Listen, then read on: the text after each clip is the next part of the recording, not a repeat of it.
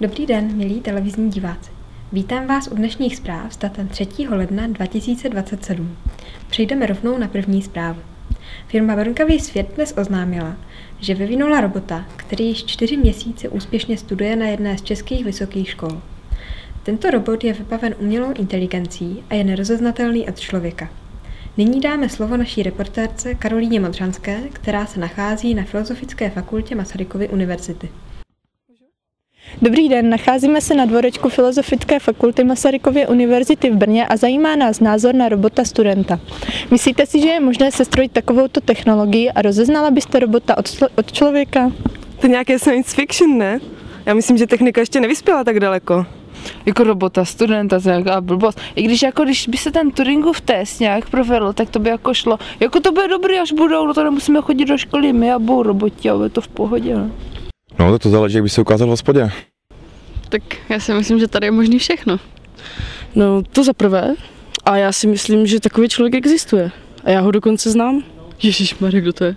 Petr Hejtmánek. Tak to si teda nemyslím. Záleží na tom, jak bych se s tím robotem člověkem zblížil.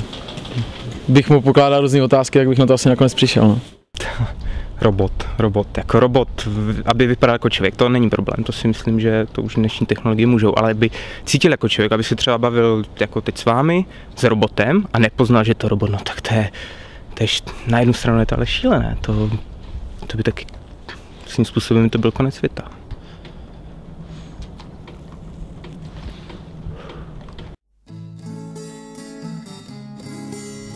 Co myslíte? Je možné, aby byl ten robot u nás na fakultě? Hej, já myslím, že ne. Já si myslím, že takového vymakaného robota by do Brna teda neposlali, ten bude tak někde v Praze.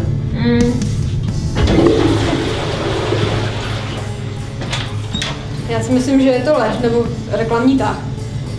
Jo, to je určitě blbost, co by tady nějaký robot dělal, jako. Představte si, jak by byl nerozeznatelný od člověka. Představte si, jak by chodil. A hele tak, kdyby byl robot tady, tak myslíte si, že by to byl chlap nebo ženská? Já myslím, že chlap. Proč myslíš, že zrovna chlap? Tak to je jasný, přece fenomén je robot rovná se chlap. Možná ano. Tohle nám byl čert, že? Přesně, narušuje to naší výuku.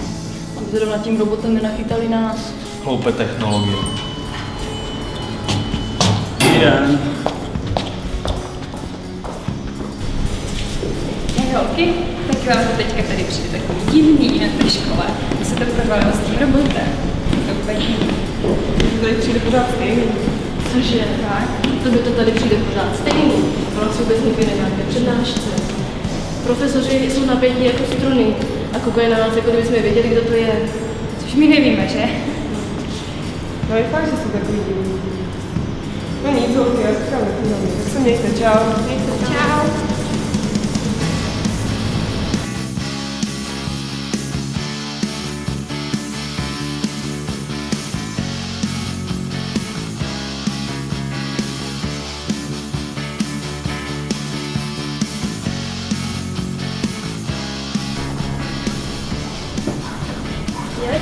Ahoj.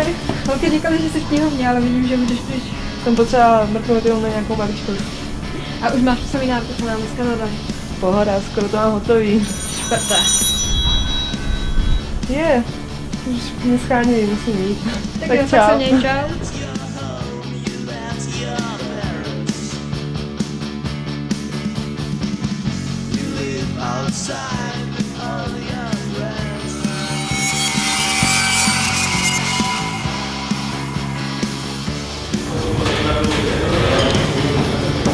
Tobě to nechutná? Ale jsem nějaká plná. Tak to já mám teda hrozný hlad.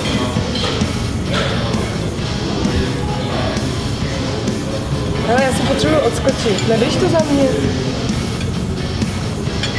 Ale jo, dej to sem. Tak děkuju.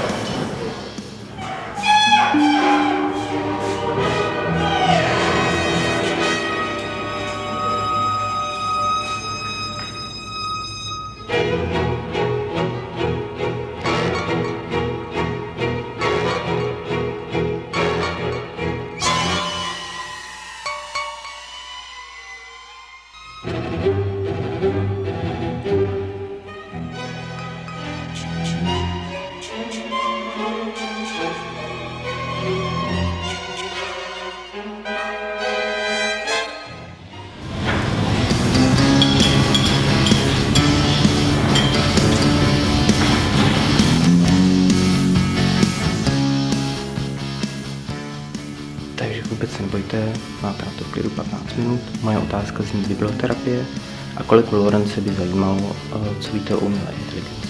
Dobře.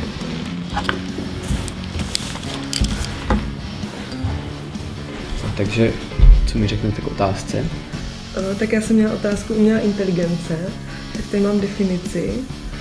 Umělá inteligence je označení počítačových programů, pomocí nich lze řešit velmi složité problémy. Příkladem je robot od firmy Brnkavý svět. Pochybuji, že by ten robot dokázal obstát v každodenním životě. Opakuje pouze dokola stejné syntaxe. Nedovedu si představit, že by tu seděl mezi námi a jednal tak emotivně jako my. Technika je velice vyspělá. Ale lidské emoce technika nedokáže vytvořit, proto jsou lidé jedineční. No, lidé možná jsou jedineční, ale byli tak zvědaví, že vytvořili bytost, která je podobná jim. Ta bytost je přece taky jedinečná. S tím s vámi vůbec nesouhlasím, však lze vyrobit jako kopii jakéhokoliv robota, který je stvořen. Ale... Jste v pořádku?